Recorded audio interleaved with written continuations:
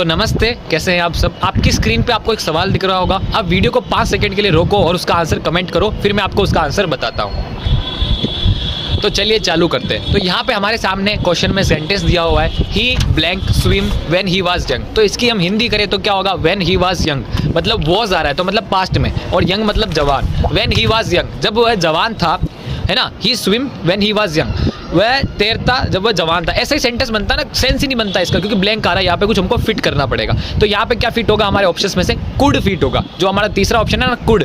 Could यहाँ पे क्यों फिट होगा मैं आपको दिखाता हूँ।